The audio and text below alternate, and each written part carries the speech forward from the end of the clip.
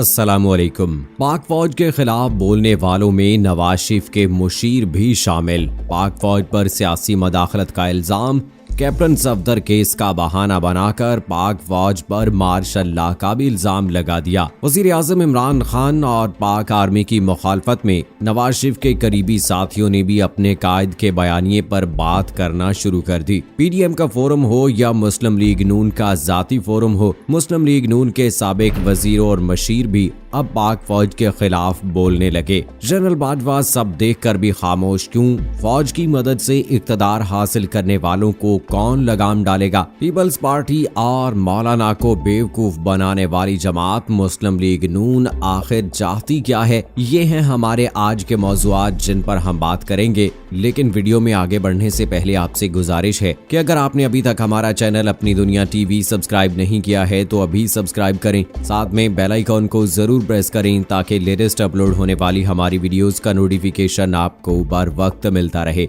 Video को like करें, share करें अपने दोस्तों के साथ, कमेंट बॉक्स में अपनी राय का इजहार जरूर करें।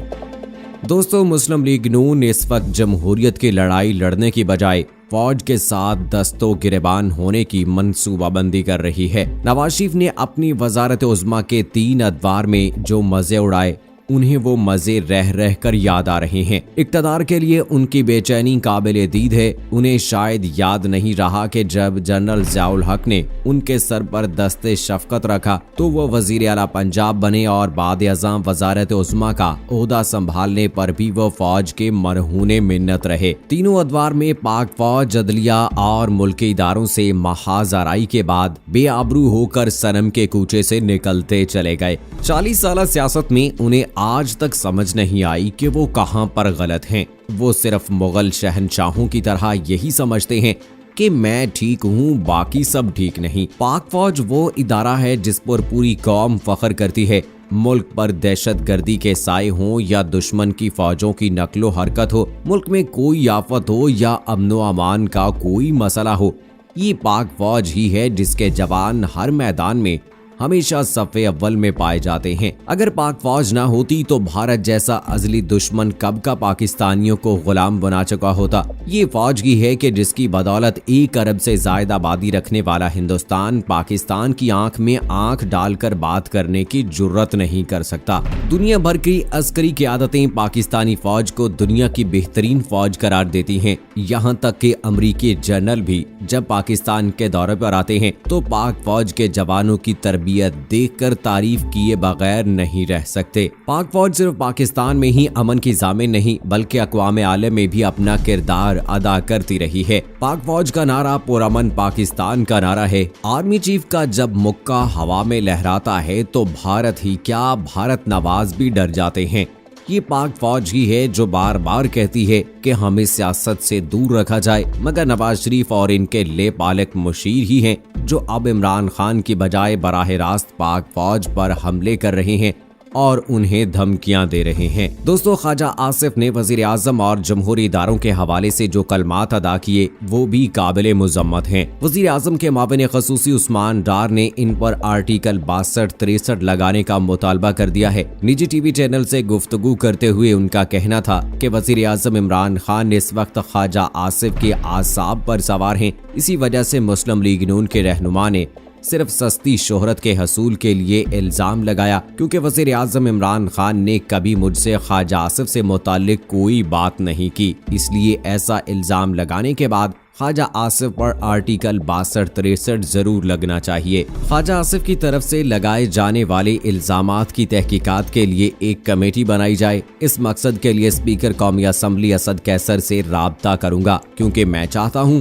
इन इल्जामात की पार्लिमानी कमेटी की तरफ से तहकीकात की जाए, जिसके बाद दूध का दूध और पानी का पानी हो जाएगा। ख्वाजा आसिफ को इलेक्शन की रात आर्मी चीफ से राब्ता करने की जरूरत नहीं थी। जब ख्वाजा आसिफ इलेक्शन जीत गए तो फिर धांधली का रोना किस लिए रोते हैं? याद रहे कि पाकिस्तान मुस्लिम लीग नून के रहनुमा ख्वाजा आसिफ ने इल्जाम आयद किया था कि वजीर आजम इमरान खान ने मेरे शहर के सियासी मुखालिफिन से कहा कि इसको फिक्स करो, मेरे घर के बाहर मुजाहरा करने, एक्सीडेंट करवाने और मेरी अहलिया को गाड़ी से निकालने की बातें की गईं। इमरान खान ने मेरे मुखालिफिन के जरिए मुझे नुकसान पहुंचाने से मुताल्लिक बात की, जबकि इमरान खान ये बातें भी करते रहे हैं कि ख्वाजा आसिफ का एक्सीडेंट करवाते हैं, इस पर मंशियात का केस डालते हैं या इसे गाड़ी से निकाल कर चपेड़े मरवाते हैं। इमरान खान ने यह भी कहा कि ख्वाजा आसिफ के घर के बाहर मुजाहरा करवाते हैं। मैं इस पर कौमी असम्बली में भी बात करना चाहता था, लेकिन मुझे स्पीकर कौमी असम्बली ने इजाजत नहीं दी। दोस्तों, अब हम चलते हैं मुस्लिम लीग नून की फौज मुखालिफ पॉलिसी की तरफ।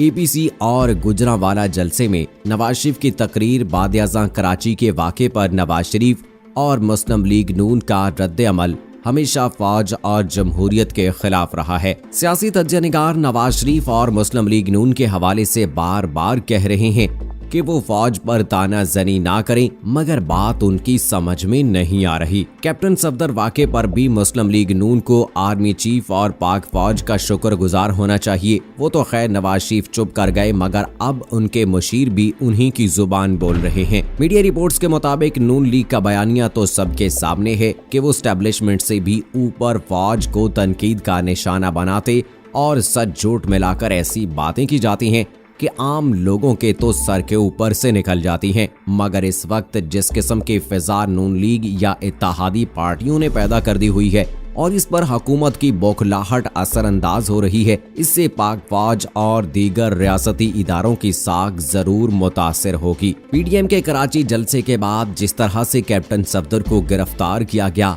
और फिर उन्हें छोड़ा गया, इस सारे खेल में अपोजिशन और हुकूमती नुमाइंदों ने जिस किस्म की बयानबाजी की और सिंध हुकूमत और वफाक एक दूसरे के सामने आन खड़े हुए और सोने पर सुहागा सिंध पुलिस के अफसरान ने जब छुट्टियों की दरख्वास्तें जमा करवा दी, इसके बाद रेंजर्स का किरदार और सब चीजें बपा हुई तो बिलाखिर आर्मी चीफ को नोटिस लेना ही पड़ा। मामलात अभी भी नहीं सुलझे और कहानी के अंदर से कहानी निकलती जा रही है और गुत्थी है कि हल होने को नहीं आ रही। गुज़श्ता दिन निजी टीवी चैनल के एक प्रोग्राम में जब एंकर ने नून लीग के रहनुमा राना सनाउल्लाह से कहा कि मौलाना फजलुर रहमान कहते हैं कि गैर एलानिया मार्शल्ला है, तो गैर एलानिया मार्शल्ला कहाँ नजर आ रहा है आपको? इस पर राना सनाउल्लाह ने जवाब दिया कि मौलाना की बात को तो छोड़ें, ये देखें कि मियां नवाज शरीफ इतने अरसे से कह रहे थे कि स्टेट अबव द स्टेट नहीं होनी चाहिए।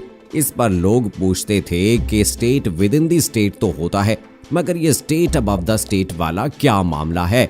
अब पिछले 2 दिन में जो कुछ हुआ, इस पर सब वाजे हो गया कि स्टेट अबव द स्टेट क्या होता है। अब 22 करोड़ आवाम को भी पता चल गया। तो बात ये है कि ये गैर एलानिया वाला मामला नहीं चलेगा। अगर उन्होंने कुछ करना है तो फिर एलानिया आ जाएं और जो करना है करें, मगर इस तरह से नहीं चलेगा। दोस्तों, ताज़ा तरीन इत्तलात आई हैं कि मुस्लिम लीग नून के रहनुमा कैप्टन रिटायर्ड सफदर की गिरफ्तारी और ID सिंध मुश्ताक महर के मुबैना अगवा के वाक़यात की तहकीकात के लिए सिंध हुकूमत ने कमेटी तश्कील दे दी है। इस हवाले से मौसूल होने वाली तफसीलात के मुताबिक इस कमेटी में सूबाई वजीर तालीम सईद गनी, वजीर इत्तलात सिंध नासिर हुसैन शाह और तर्जुमान सिंध हुकूमत मुर्तजा वहाब शामिल हैं। बताया गया है कि कमेटी इस सारे वाक़े की तहकीकात मुकम्मल करने के बाद अपनी रिपोर्ट वजीर आला सिंध सैयद मुराद अली शाह को पेश करेगी। दोस्तों, ये थी अब तक की लेटेस्ट अपडेट्स। मुझे अगली वीडियो तक इजाजत दीजिए। फी अमानिल्लाह।